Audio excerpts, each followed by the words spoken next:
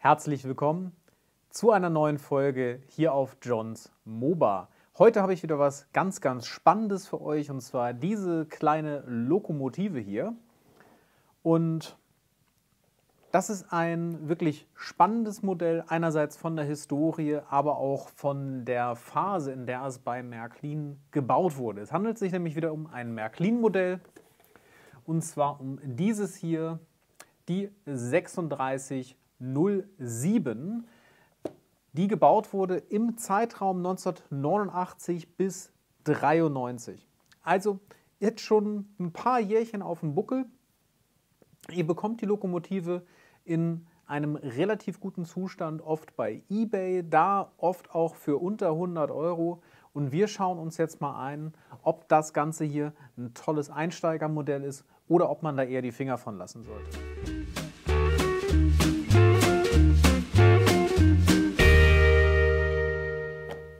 Und damit herzlich willkommen zum nächsten Log-Review. Wenn ihr die kennt, die werden immer ein bisschen länger bei mir.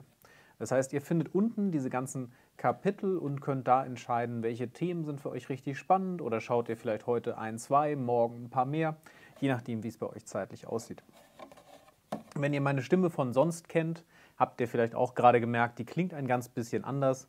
Wir haben Herbst, Winter, und ein kleiner Infekt begleitet mich. Insofern habt Verständnis, wenn ich zwischendurch dann vielleicht doch mal einen Schluck zu trinken oder etwas hier aus meiner Tasse brauchen werde. Wir legen erstmal los, wie immer, mit dem Unboxing des Kartons. Ist ein ganz typischer Märklin-Karton aus den späten 80ern, Anfang der 1990er. Was mir bei denen ganz gut gefällt, ist, dass man hier tatsächlich immer ein Bild des Modells bekommt mit dem tatsächlichen Aufbau. Das heißt, wo ist der Motor? Da ist dann der Decoder auch nochmal in Rot markiert. Das, finde ich, hat optisch was. Da drin ist dann in diesem Fall tatsächlich schon ein Blister. Was dem allerdings fehlt und allen seinen Kollegen aus der damaligen Zeit, ist dieses Stück Plastik außenrum, was den Blister wirklich sichert. Das heißt also, es ist nicht ganz so sicher wie heute, aber die Dinger halten eigentlich ewig. Und dann habe ich hier bei meiner Lokomotive noch alles mögliche andere drin. Wir haben also hier einerseits so kleine Ansteckteilchen noch im original verschlossenen Sack. Das ist immer ein gutes Zeichen, wenn ihr eine gebrauchte Lokomotive habt. Dann habe ich hier tatsächlich einen ausgefüllten Garantiezettel. Das ist nochmal ein besseres Zeichen.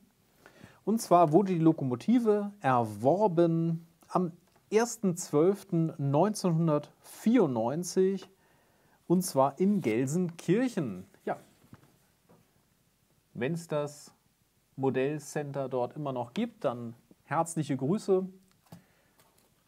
Und ansonsten ist es, glaube ich, eine tolle Erinnerung. Wir wissen jetzt auch 1.12.94, vielleicht war es ein Weihnachtsgeschenk. Die Lokomotive wurde hergestellt 89 bis 93, vielleicht war es auch ein Sonderangebot.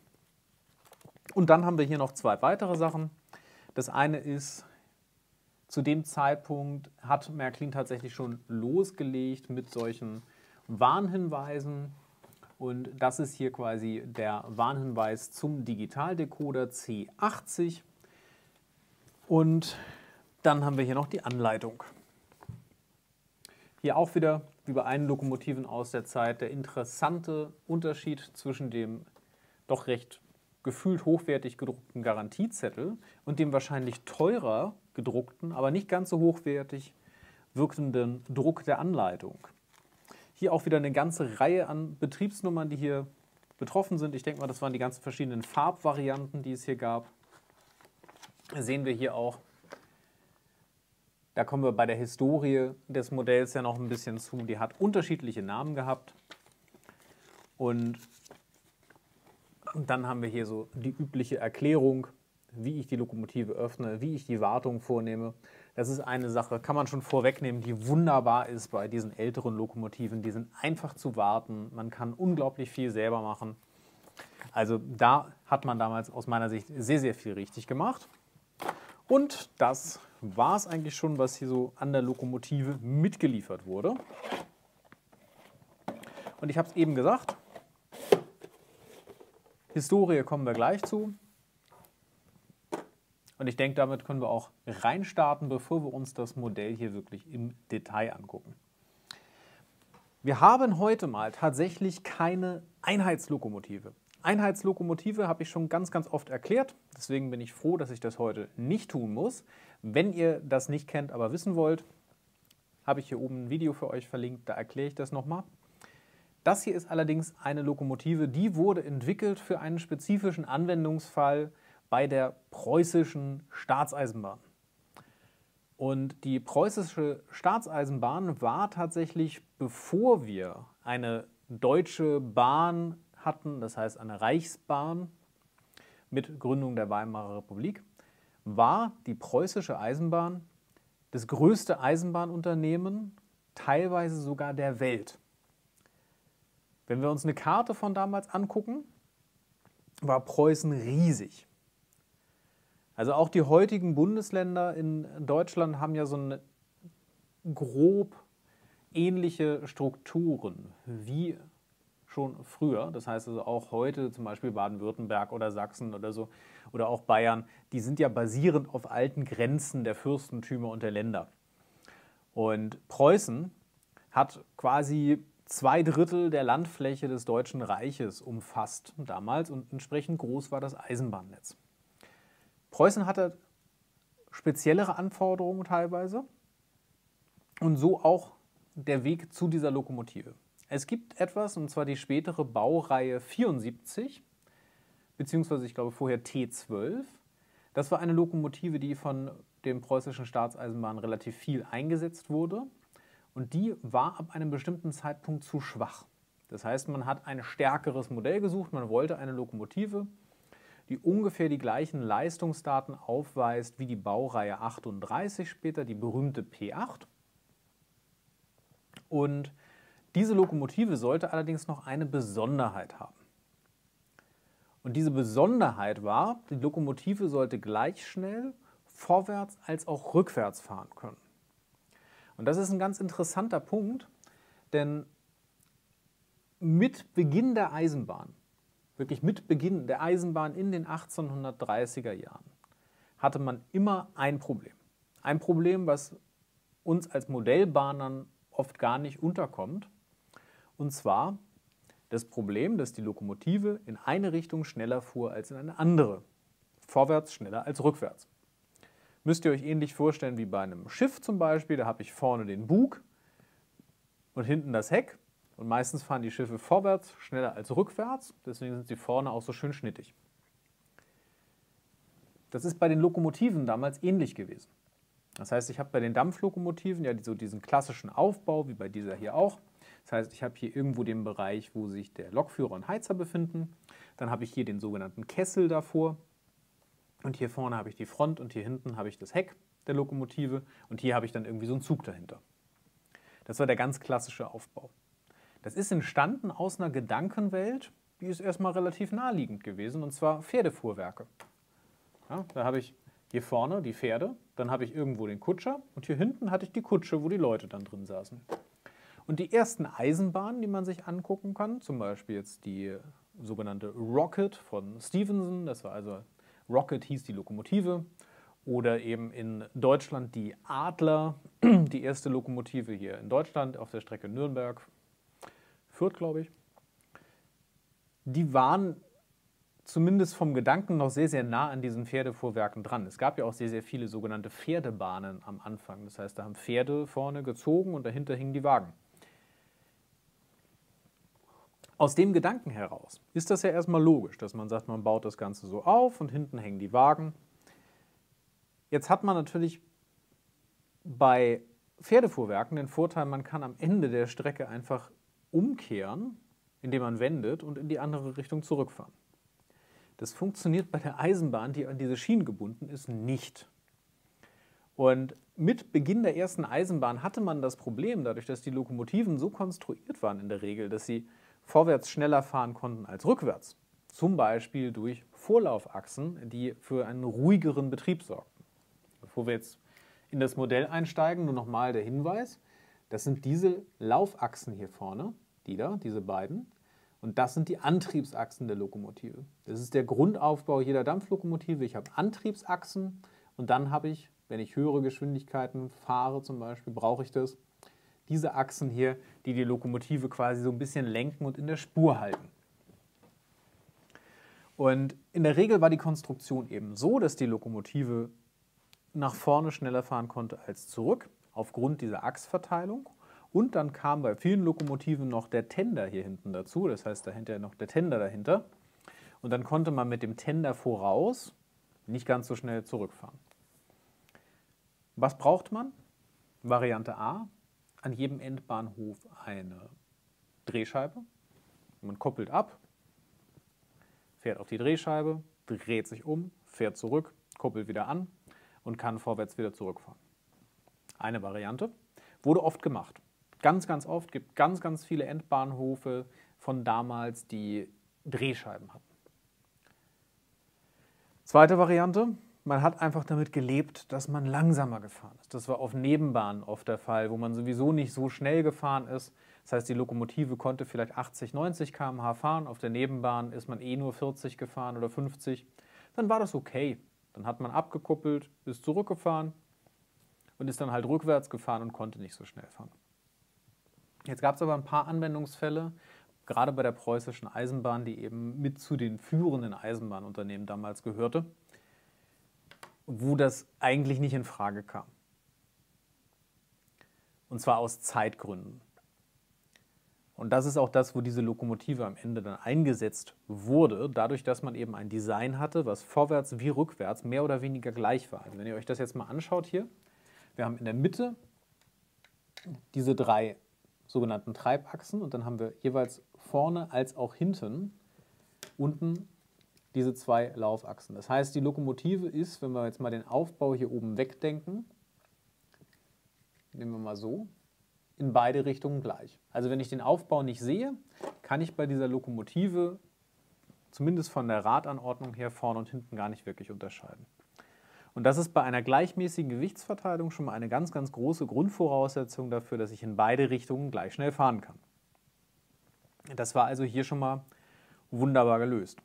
Jetzt kann man sich fragen, warum hat man das vorher nie so gemacht oder warum hat man das nicht von vornherein so gemacht? Und das ist genau dieser Mentalitätsblocker, der dann bei vielen drin war, dass man von dieser Pferdekutsche einfach ausgegangen ist und irgendwann hatte man dieses Design, das hat sich eingebürgert, haben wir schon immer so gemacht. Das ist also oder nicht der erste, aber ein ganz, ganz klarer Versuch, dieses Problem, ich muss die Lokomotive immer wenden, zu umgehen. Heute kennt ihr das gar nicht mehr. Heute kennen wir das auch gar nicht mehr, das Problem, dass man wenden muss, weil diese Lokomotiven zum Beispiel oder E-Lokomotiven haben ja sowieso auf beiden Seiten die Fahrerstände kopiert. Und im Regelfall ist es sogar so, dass man jetzt inzwischen sogenannte Wendezüge hat, ja schon seit mindestens 40 Jahren als Standard. Das heißt, man hat auf der einen Seite die Lokomotive, man hat auf der anderen Seite einen sogenannten Steuerwagen und alles ist gut. Auch das hat man bei dieser Lokomotive später probiert, aber da komme ich gleich zu. Grundsätzlich war also die Anforderung, wir brauchen eine Lokomotive, die vorwärts wie rückwärts gleich schnell fährt, im Idealfall dreistellig, das heißt 100 km/h. Und sie sollte von der Leistung her ungefähr der Baureihe 38 entsprechen. Angedacht waren erstmal eigentlich zwei Bereiche. Und zwar einmal quasi so Stadtverkehr, Schnellverkehr rund um Mainz und dann eben auch der sogenannte Bäderverkehr bzw. auch Fährverkehr bzw. zur Insel Rügen damals. Das waren so die beiden Hauptideen erstmal. Tatsächlich war dieses Design unglaublich beliebt. Die Lokomotive war fertig vom Design her 1918 und ist dann ab 1919 ausgeliefert worden an die verschiedenen Länderbahnen, die bestellt hatten. Primär Preußen. Preußen hatte über 400 von diesen Lokomotiven bestellt. Und dann gab es noch ein paar kleinere deutsche Besteller. Und zwar, da kommen wir mal zu dem konkreten Modell gleich hier, die Württembergische Staatseisenbahn oder die Königlich-Württembergische Staatseisenbahn, glaube ich sogar, wenn man es ganz korrekt aussprechen möchte, die hatte 20 davon bestellt. Das hier ist eine von diesen 20. Nicht eine von den 500 anderen, sondern eine von diesen 20. Und dann gab es noch ein paar weitere Bestellungen, auch im späteren Verlauf. Das ist ein ganz interessanter Aspekt bei dem Modell hier, denn ich hatte eben schon den Begriff Einheitslokomotive mal erwähnt. Im Normalfall war es so, dass nach dem Ersten Weltkrieg mit der Gründung der Weimarer Republik, der nachfolgenden Gründung der Reichsbahn, der Integration der ganzen Länderbahnen, das ist alles das, was damals passiert ist, der Lokomotivbau auch vereinheitlicht wurde auf sogenannte Einheitslokomotiven. Und es gab ganz, ganz wenige Modelle an Lokomotiven, die modern genug waren und wirklich gut genug designt waren, dass man sie weitergebaut hat und gesagt hat, das ist genau das, was wir brauchen, auch für eine übergreifende Reichsbahn. Und das ist eins dieser Modelle, die sogenannte T18. T18 war der Begriff für diese Lokomotive, preußische T18 in der Regel und eben diese 20 Exemplare, dann die sogenannte württembergische T18, die Märklin hier in das Modell gebracht hat. Das gab dann noch weitere Bauten, und zwar wurden unter anderem, auch ein interessanter Side-Fact, von dieser Lokomotive 8 Stück ausgeliefert an die Türkei, beziehungsweise, doch, das müsste schon die Türkei gewesen sein. Das war nämlich Ende der 1920er Jahre für die sogenannte Bagdad-Bahn. Das ist eine Bahnverbindung aus der Türkei quasi durch den nahen Mittleren Osten eben bis Bagdad. Und dafür wurden auch diese Lokomotiven verwendet, leicht adaptiert. In Summe wurden über 500 davon gebaut. Und diese Lokomotive hatte eine unglaublich lange Zeit, in der sie tatsächlich eingesetzt wurde. Also es handelt sich um die letzte Lokomotive, die nicht als Einheitslokomotive designt war und trotzdem in großem Maße auch für die Reichsbahn beschafft wurde tatsächlich dann.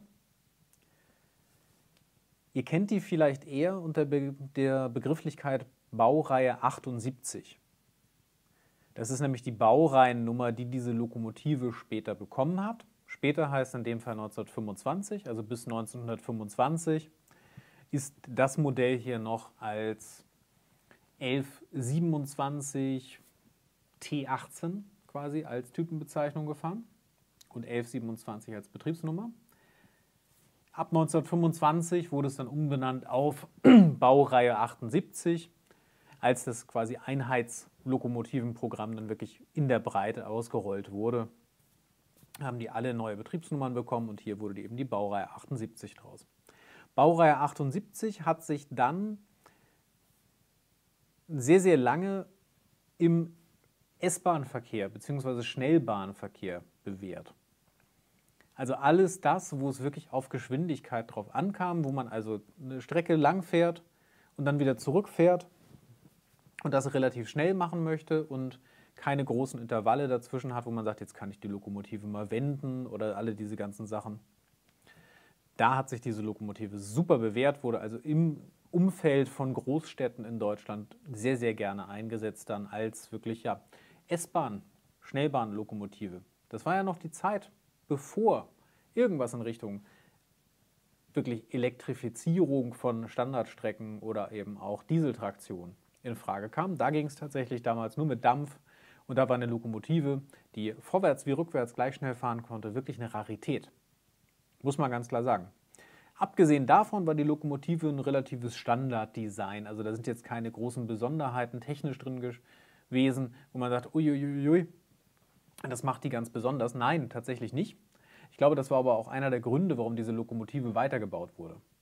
Weil die Reichsbahn hat damals nicht nach, wir suchen die speziellste, schwierigste Lokomotive Ausschau gehalten, sondern die wollten einfache, verlässliche, moderne Technik haben.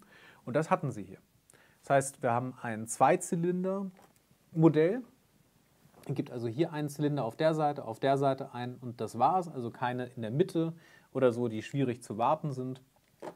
Und auch ansonsten war das jetzt konstruktiv erstmal, so wie ich es jetzt gelesen habe, nichts Besonderes, sondern im Endeffekt eigentlich sowas wie eine Baureihe 38 beziehungsweise vorher P8 eben mit etwas anderer Achsanordnung von der Idee her, vom Gedanken her. Konkret dieses Modell, ich habe es ja jetzt ein paar Mal gesagt, wurde gebaut 1919 in Stettin von der Stettiner Maschinenbau-Aktiengesellschaft Vulcan. Also ich habe mir hier so einen Spickzettel mal ausgedruckt. Und ist dann eben 1925 zusammen mit allen anderen Lokomotiven umbezeichnet worden zur Baureihe 78, Betriebsnummer 152. Ist dann bei der Deutschen Reichsbahn im Einsatz gewesen bis 1945. 1945 dann übergegangen an die US-Besatzungszone, dann eben in Bizonesien, Trizonesien, wie es alles hieß, bis 1949 dann die Bundesbahn kam und die Lokomotive zur Bundesbahn kommen konnte. Und bei der Bundesbahn war die Lokomotive dann noch bis 1963 im Einsatz, wurde dann abgestellt und 1964 ausgemustert und zur Verschrottung verkauft. Summa summarum 1963 bis 1919 bzw. 64 bis 1919 haben wir hier 45 Jahre, die diese Lokomotive ihre Dienste geleistet hat, und das waren mit Sicherheit 45 spannende Jahre für Deutschland und 45 nicht ganz so einfache Jahre wahrscheinlich auch für die Eisenbahn. Interessant bei diesen Lokomotiven ist tatsächlich wirklich die Achsanordnung und der Gedanke, dass man hier tatsächlich das erste Mal versucht hat, auch ein Konzept zu finden, wie man gleichzeitig vorwärts und rückwärts schnell fahren konnte, ohne konstruktiv viel zu verändern. Also erstmal ist der Gedanke ja gegenüber anderen Lokomotiven gar nicht so abwegig, dass man einfach vorn und hinten die gleichen Laufradsätze ranbaut und gut ist. Ist ja eine relativ einfache Anpassung gegenüber vielen anderen Lokomotiven, die zum Beispiel hier dann nur ein Laufrad haben und hier vorne zwei oder so. Ja? Also wenn hier hinten ein Laufrad weniger wäre, wäre ja das eine sogenannte, wir haben es schon ein paar Mal hier gemacht, genau, eine sogenannte Pacific-Anordnung gewesen. Also grundsätzlich erstmal eine interessante Idee, wie man relativ einfach dieses Problem eigentlich adressieren kann. Ich sagte eingangs, das Problem haben wir als Modellbahner eigentlich gar nicht und deswegen ist uns das vielleicht auch nicht so bewusst. Das liegt daran, dass die meisten Modellbahnen ja in irgendeiner Form immer einen Kreis schließen. Sei es jetzt über einen Hundeknochen oder wirklich als Kreis. Aber in den meisten Fällen ist es nicht so, dass man tatsächlich von einem Endpunkt zum anderen Endpunkt fährt und dann wirklich das Problem hat, dass man umkoppelt, bevor man die Strecke ein zweites Mal fährt. Ganz allgemein, diese Baureihe wurde tatsächlich bis 1974 verwendet bei der Bundesbahn und, das ist jetzt spannend, bei der Reichsbahn nur 1973. Das heißt, es ist eine der ganz, ganz wenigen Lokomotiven, die tatsächlich bei der Deutschen Reichsbahn der DDR früher ausgemustert wurden als bei der Deutschen Bundesbahn.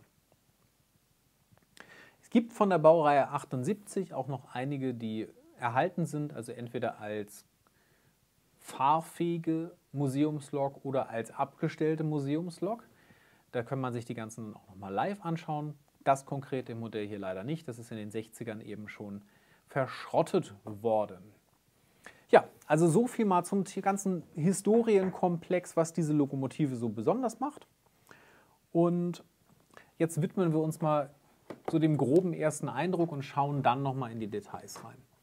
Grober erster Eindruck ist ganz, ganz klar hier. Wir haben eine Lokomotive, die eigentlich schon relativ detailliert wirkt, finde ich. Gerade wenn ihr euch hier anguckt. Wir haben hier sozusagen so kleine Metallelemente, diese Glocke und die Pfeife hier. Wir haben allerdings keinen Durchblick durch das Führerhaus. Das ist hier blockiert, weil dahinter der Motor sitzt. Wobei, das ist jetzt auch nicht ganz so schlimm. Also wir denken jetzt mal 2021. Wir haben gerade eine KÖF, hier auch nochmal verlinkt das Video dazu, von Märklin ausgeliefert bekommen. Da ist in dem Führerhaus auch nur Technik drin. Oh ja, 30 Jahre später hat man jetzt hier damals genauso gemacht. Genau. Und ansonsten, was auffällt, wir haben hier unten zwar schon Detaillierung, muss man ganz klar sagen. Wir haben eine Detaillierung, wir haben nicht diese ganz, ganz groben Räder von vorher. Wir sind aber noch nicht brüniert oder so. Ja, also auch in dem Hinblick aus meiner Sicht schon ein wegweisendes Modell, was zeigt, wo wird Märklin hingehen mit den Lokomotiven, was aber durch diese Nichtbrünierung zum Beispiel vom Gestänge und solche Sachen dann tatsächlich noch so ein bisschen die Vergangenheit mitträgt. Auch interessant, wenn ihr jetzt wirklich mit den Märklin-Kupplungen fahrt. Hier sind Kurzkupplungen verbaut, ab Werk schon. Das heißt also, man kann das auch an die aktuelle Wagengeneration bei Märklin als Kurzkupplung tatsächlich wirklich anhängen. Ja, also ich finde in Summe ein super spannendes Modell und deswegen würde ich mir gerne mit euch noch ein bisschen mehr dazu anschauen. Das Modell gehört aus meiner Sicht zu einer ganz, ganz spannenden Generation an Märklin-Lokomotiven, denn es gehört in gewisser Weise zu einem Generationswechsel. Wir haben hier einerseits schon einen sehr, sehr detaillierten Lokomotivaufbau im oberen Bereich. Zum Beispiel eben hier über die angesetzten Griffstangen, sonstige weitere angesetzte Details hier. Wir haben hier zum Beispiel die Glocke aus Metall ausgeführt. Wir haben aber auch hier an der Seite des Lokomotivenkastens diese Griffstangen und ähnliches. Alles sehr, sehr detailliert schon aufgebaut. Wir haben aber auf der anderen Seite dann hier den Blick einfach nur auf schwarzes Plastik, denn dahinter befindet sich ja die gesamte Motorentechnik. Das Ganze ist auf der anderen Seite hier genauso. Das heißt, man hat schon eine relativ hohe Fertigungsqualität und hohes Detailreichtum erreichen können. Gerade wenn ich mir jetzt hier Bereiche angucke, wie hier zum Beispiel. Das sieht jetzt bei den ganzen neuen Lokomotiven auch nicht so viel anders aus. Natürlich habe ich dann nicht diese kleinen Leitungen hier alle wirklich am Kessel angedruckt als Mitteil des Spritzelementes, sondern ich habe die vielleicht dann als extra angesetzte Elemente bei den ganz neuen Lokomotiven. Aber vom Look und Feel ist das schon sehr, sehr ähnlich. Ich finde auch hier mit den kleinen Nieten, das ist alles schön ausgeführt.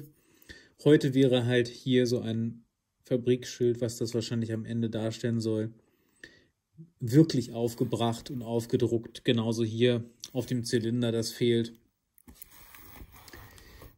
Andersrum, wenn wir uns jetzt mal hier den vorderen Bereich angucken, wie detailliert diese Riffelbleche hier sind und unsere kleinen Laternen.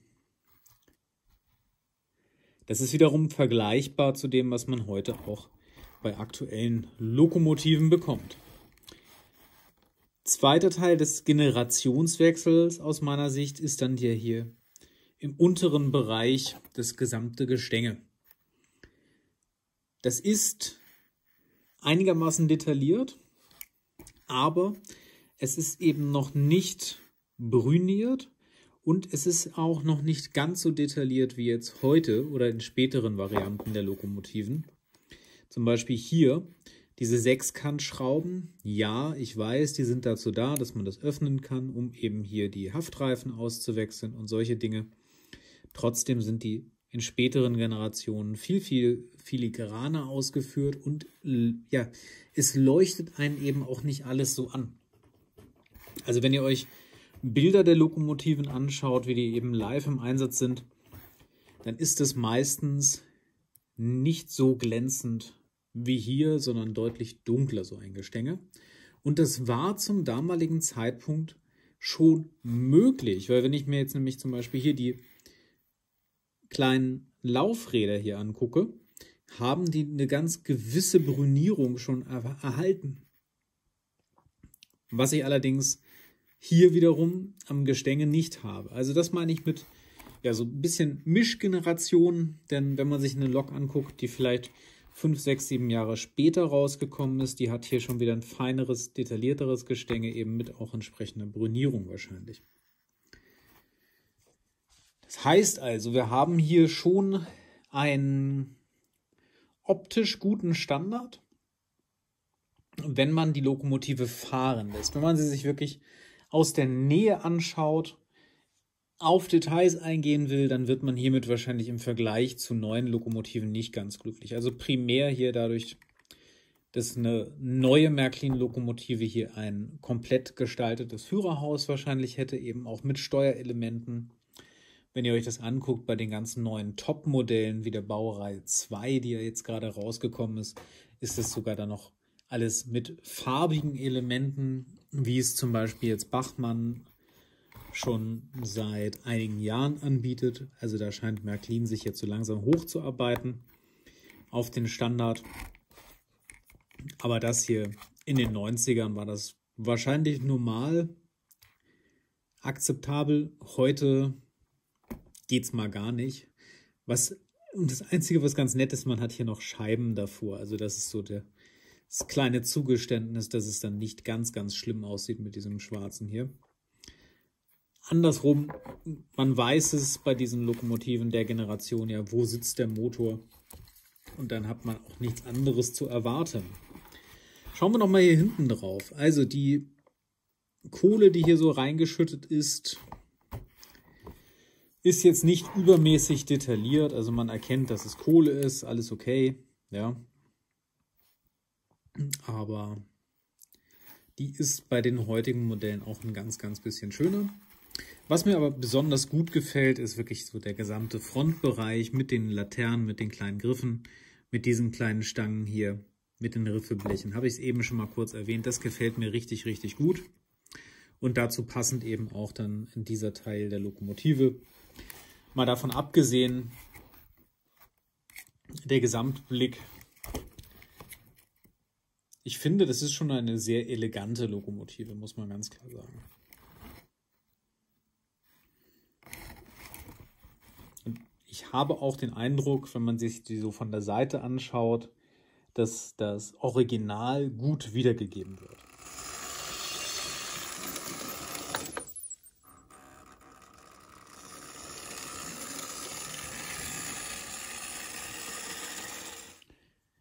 Widmen wir uns mal dem Innenleben unserer kleinen Dampflokomotive hier. Und da das Modell ja ein bisschen älter ist, ist es relativ einfach zu öffnen. Man kann also hier einen Dom abnehmen und hat dann direkt eine Schraube darunter.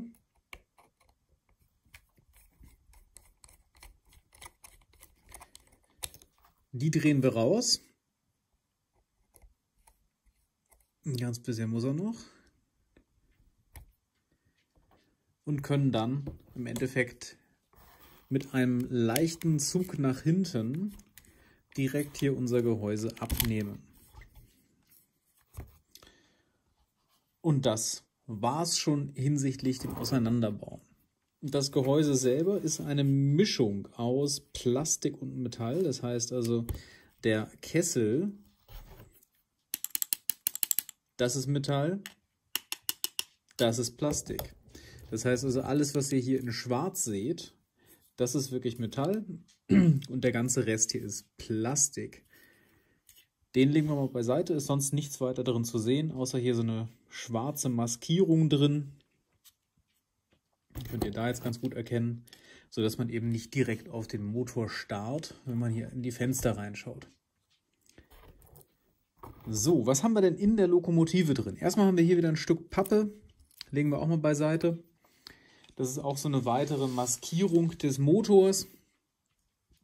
Und dann haben wir hier den Decoder. Erstmal ist er hier bei diesem Modell, was ich hier jetzt habe, lose. Ob der das 1994 auch schon war, das weiß ich nicht.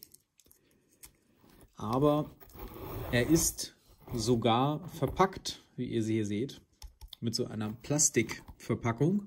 Das haben wir bei den neuen Decodern in der Form ja gar nicht mehr. Hat sich, denke ich, auch nicht durchgesetzt, dass man es brauchte. Man kann hier die Adresse einstellen. Und das war's. Also man hat hier keine Möglichkeit, irgendwie Bremsverzögerung oder irgendwas einzustellen, sondern man kann hier wirklich nur die Adresse hinterlegen. Das ist, glaube ich, ein sogenannter C80 Decoder damals gewesen. Aber das war ein bisschen vor meiner Zeit, oder sagen wir mal, bevor ich mich damit beschäftigt habe, so intensiv. Dann haben wir hier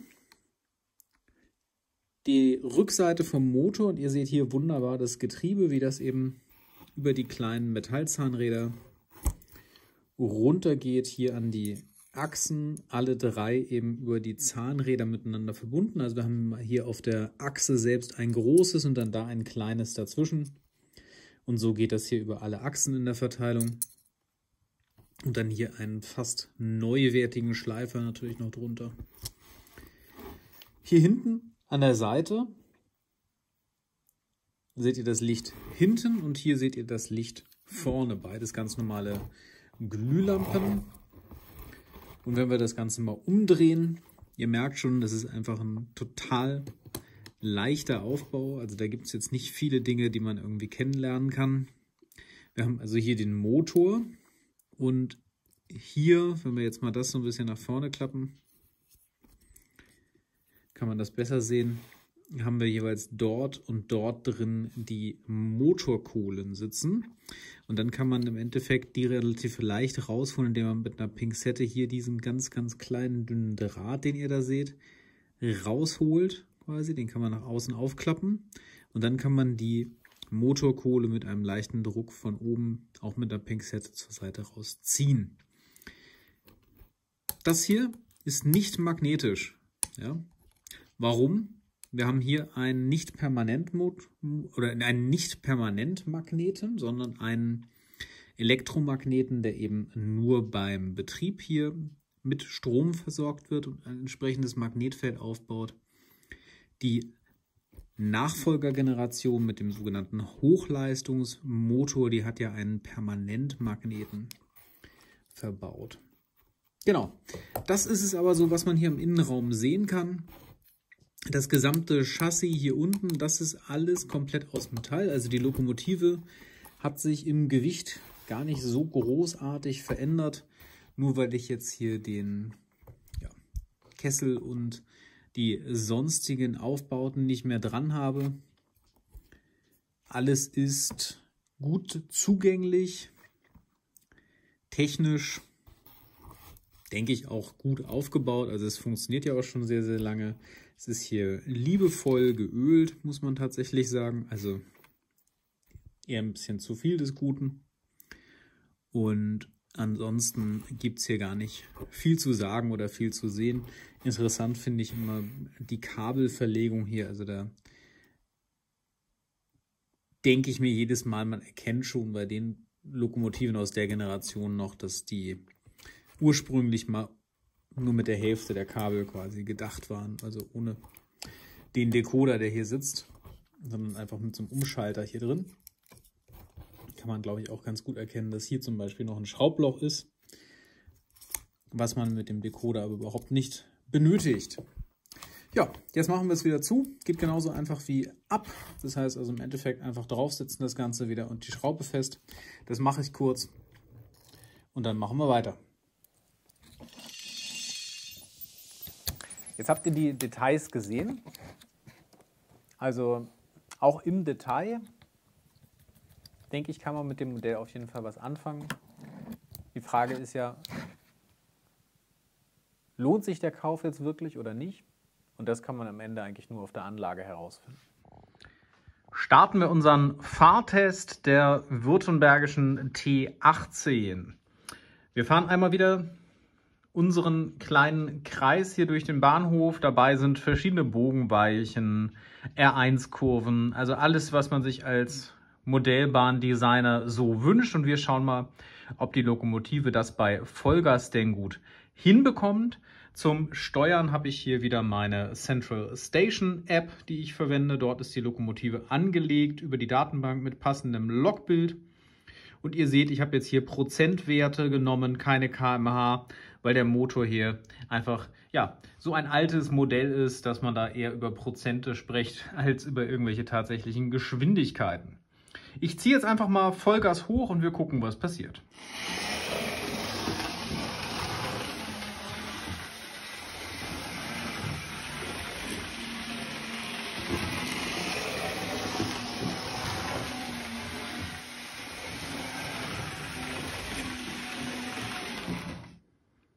So, und direkt wieder runter.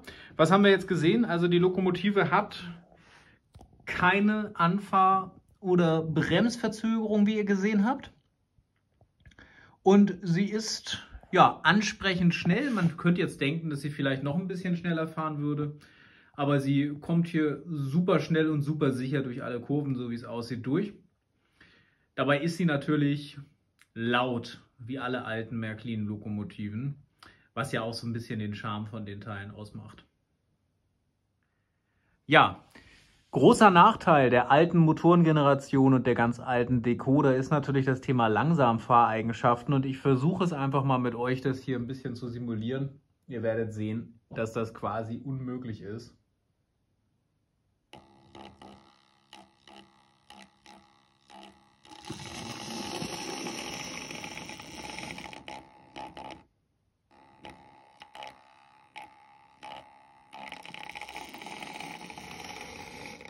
Ja, also ich denke, das kommt jetzt ganz gut rüber.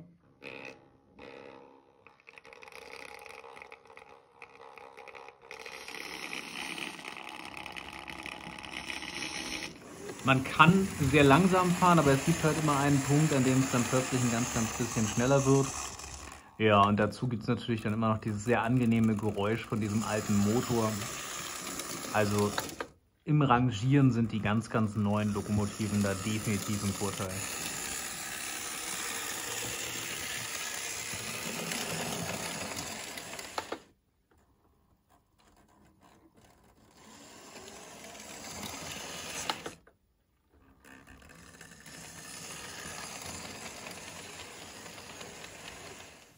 So, da sind wir schon wieder zurück. Und ja, ich glaube, man kann das wirklich als gute Grundlage verwenden, und wenn euer Ziel nicht ist, dass ihr eine hervorragende Rangierlokomotive hier in diesem Modell gefunden habt, könnt ihr damit wirklich was Schönes anfangen. Voraussetzung natürlich, euch gefällt die Farbgebung hier in grün-rot mit dem schwarzen Kessel dazu. Das ist also ja nicht der Standard. Aber wenn man das jetzt mal außen vor lässt und sagt, rein von der Technik her, denke ich, man kann dieses Modell als Grundlage verwenden, um neue Technik reinzustecken. Ich würde die Lokomotive wahrscheinlich nicht so lassen. Ich würde ihr einen Hochleistungsantrieb verpassen und ich würde ihr einen neueren Decoder verpassen.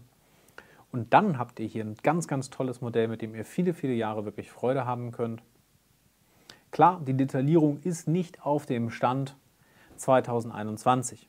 Zum Beispiel Führerhaus. Ja, ist nichts drin, ist einfach nur Motor, kann man nicht reingucken. Habt ihr gesehen, wisst ihr.